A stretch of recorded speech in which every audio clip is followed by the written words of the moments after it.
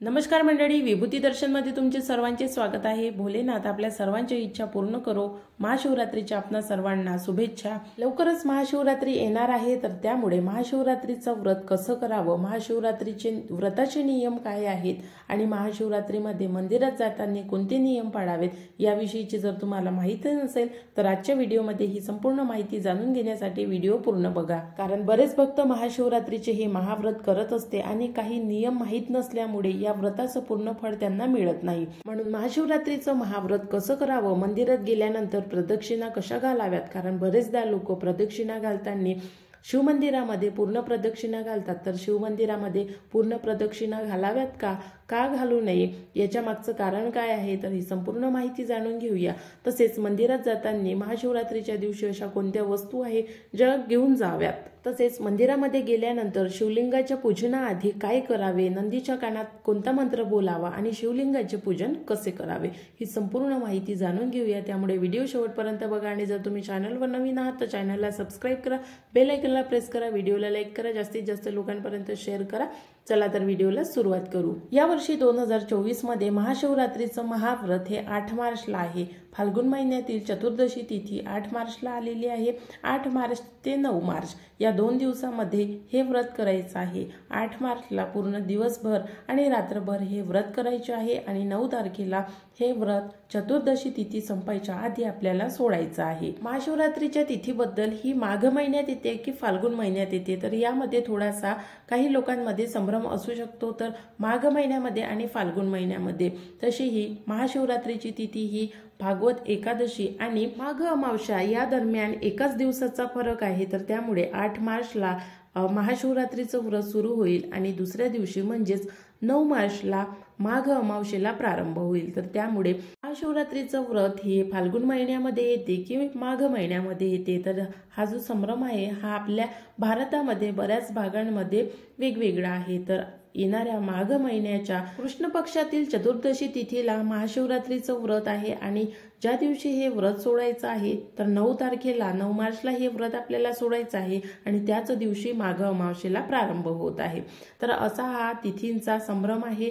तर त्यामुळे याकडे लक्ष न देता आपण जाणून घेणार आहे महाशिवरात्रीचे नियम काय आहेत, किंवा जो कोणी व्यक्ती महाशिवरात्रीचं हे व्रत करतो तर त्याने कोणते नियम पाळून हे व्रत करावे याविषयीची संपूर्ण माहिती जाणून घेणार आहे। महाशिवरात्रीचं व्रत करणाऱ्यांसाठी सर्वात पहिला नियम म्हणजे या दिवशी आपल्याला उपवास करायचा आहे। महाशिवरात्रीचं व्रत हे अत्यंत कठीण समजले जाते, पण याच दिवसाला किंवा या व्रताला आपल्याला अगदी सोप्या पद्धतीने करायचं आहे। तर काय करायचं, या दिवशी तामसिक पदार्थांचं सेवन करू नका, म्हणजेच उपवासाच्या दिवशी जे पदार्थ आपण खातो तर ते पदार्थ तामसिक असू नये। यामध्ये कांदा लसूण, या दिवशी मांसाहार तर केला जातच नाही, पण या दिवशी कांदा लसूण सारखे पदार्थ किंवा मसाले खाल्ले जात नाही। महाशिवरात्रीचा उपवास करणाऱ्यांनी या गोष्टी अवश्य लक्षात घ्याव्या। त्यानंतर दुसरा नियम म्हणजे या दिवशी सूर्योदयाच्या आधी उठावं। आपण बघतो की बऱ्याचदा लोक उपवास करतात पण वेळाने उठतात, तर असं करू नये, कारण नेहमी कधीही सूर्योदयाच्या जर आधी उठलं तर आपली प्रकृती चांगली राहते।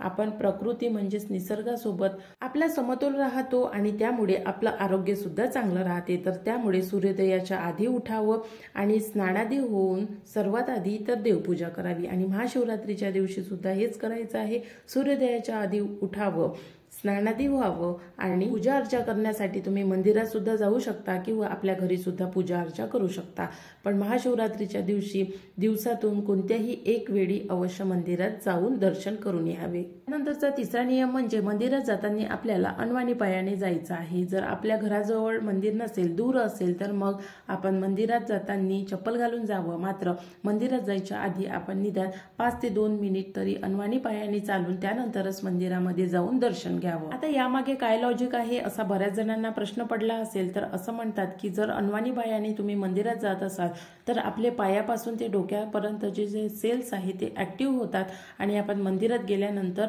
आणखीन पॉझिटिव्ह होतो। त्यानंतर मंदिरात जाताना अवश्य आपल्यासोबत काही वस्तू आहेत ज्या घेऊन जाव्या आणि काही वस्तू आहेत ज्या अजिबात नेऊ नये। त्या पूजनामध्ये आपल्याला त्याचा वापर करायचा आहे।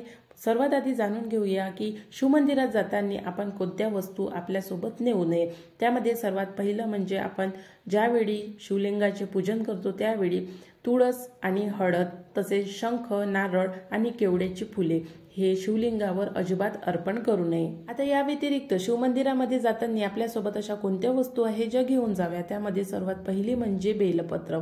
आपण पूजन करतो तर त्यावेळी शिवलिंगावर बेलपत्र अर्पण करतो, त्यानंतर धतुरा, त्यानंतर भांग, भस्म, उसाचा रस किंवा या व्यतिरिक्त भगवान शंकरजीला प्रिय असणारी फुले ते म्हणजे कानेराची फुले अवश्य मंदिरामध्ये घेऊन जावीत। तसेच चंदन, मध आणि गंगाजल हे सुद्धा आपण मंदिरामध्ये नेऊन याचा अभिषेक शिवलिंगावर करून हे जे फुले आहेत ते शिवलिंगावर अर्पण करू शकतो। आणि बेलपत्र तर आपल्याला बरेच जण बेलपत्राला चंदन लावून हे बेलपत्र शिवलिंगावर वाहतात, तर आपण बेलपत्र एक एक करत शिवलिंगावर वाहावं। पण मंदिरामध्ये महाशिवरात्रीच्या दिवशी इतका वेळ नसतो, तर त्यामुळे आपल्या घरीच एक शिवलिंग तयार करावं, मातीचं शिवलिंग तयार करावं आणि ज्यांच्या घरी शिवलिंग असेल अशा लोकांनी या शिवलिंगाचं पूजन या महाशिवरात्रीच्या दिवशी आपल्या घरीच करावं।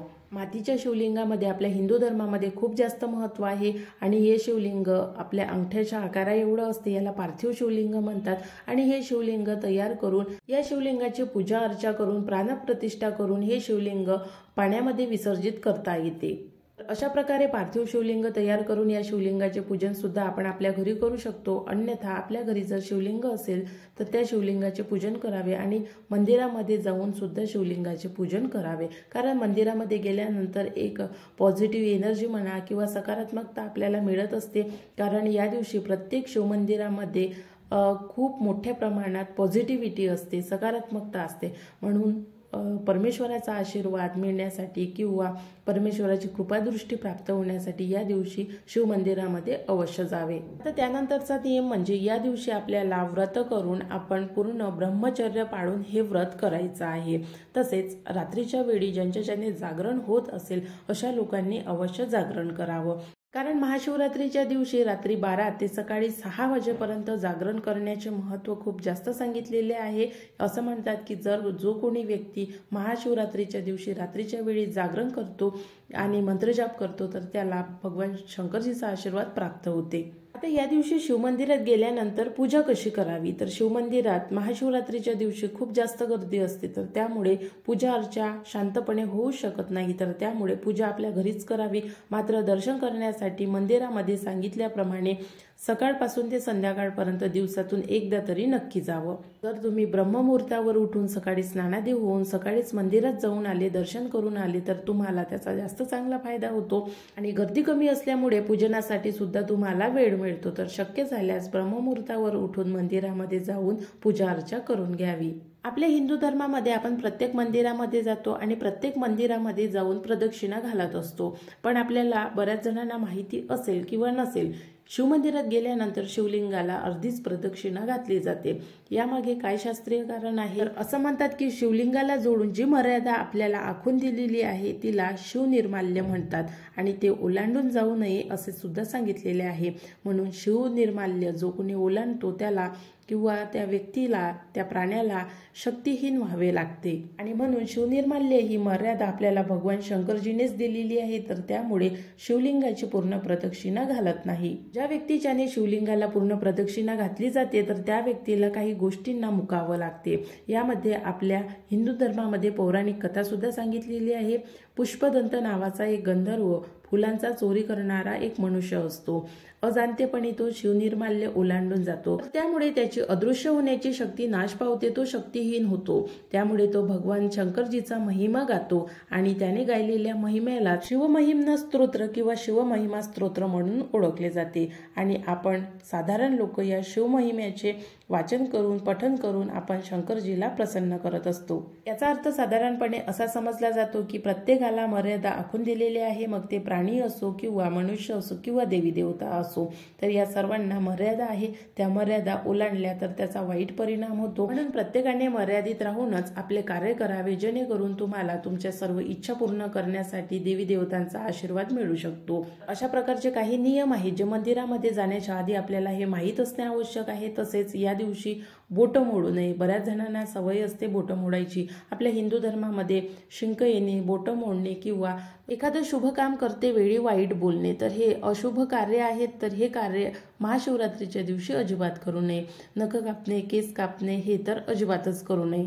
तसेच मंदिरामध्ये गेल्यानंतर शिवलिंगाचे पूजन करण्याआधी आपल्याला नंदीचे पूजन करायला हवे, कारण नंदी म्हणजे द्वारपाल आहे। ज्यावेळी भगवान शंकरजी ध्यान अवस्थेत असतात तर त्यावेळी नंदी भगवान शंकरजीच्या सर्व भक्तांच्या इच्छा ऐकत असतात आणि त्यानंतर स्वतः जाऊन भगवान शंकरजीला सांगत असतात। तर त्यामुळे आपली कोणतीही इच्छा असेल तर ती सर्वात आधी नंदीच्या कानात जाऊन बोलावी, पण इच्छा बोलण्याच्या आधी सर्वात पहिला शब्द ओम हा बोलावा, त्यानंतर दुसरा शब्द सुद्धा ओम बोलावा आणि तिसरा शब्द सुद्धा ओम बोलावा। असे 3 वेळा ओम बोलावे आणि आपली इच्छा पूर्ण करून पुढे शिवलिंगाचे पूजन करण्यासाठी जावे। म्हणजेच आपल्याला आपली सर्वात पहिली इच्छा नंदीच्या कानात बोलायची आहे। तर त्यामुळे भगवान शंकरजी कितीही ध्यान अवस्थेत असले तरी नंदीचं म्हणणं ते ऐकतात। तर नंदीच्या कानात गेलेली आपली इच्छा नंदी नक्कीच भगवान शंकरजीपर्यंत पोहोचवेल आणि आपल्या सर्व इच्छा पूर्ण होतील।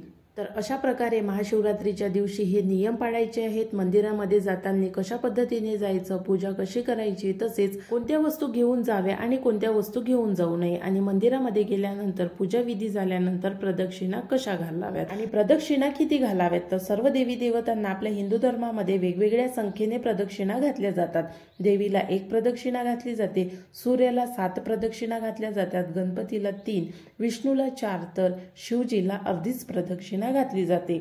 तर ही संपूर्ण माहिती तुम्ही इतर लोकांपर्यंत सुद्धा नक्कीच पोहोचवा, म्हणजेच महाशिवरात्रीला लोक मंदिरात जाताना काही चुका करणार नाही आणि त्यांनी केलेल्या व्रताचं त्यांना पूर्ण फळ मिळेल। तर आशा करते तुम्हाला आजचा व्हिडिओ आवडला असेल आणि तुम्ही व्हिडिओ पूर्ण बघितला असेल आणि चॅनलला सबस्क्राईब केलं नसेल तर चॅनलला सबस्क्राईब करून बेल आयकॉनला प्रेस करा। नवीन व्हिडिओमध्ये नवीन माहितीसोबत लवकरच भेटू। आजचा व्हिडिओ बघितल्याबद्दल धन्यवाद।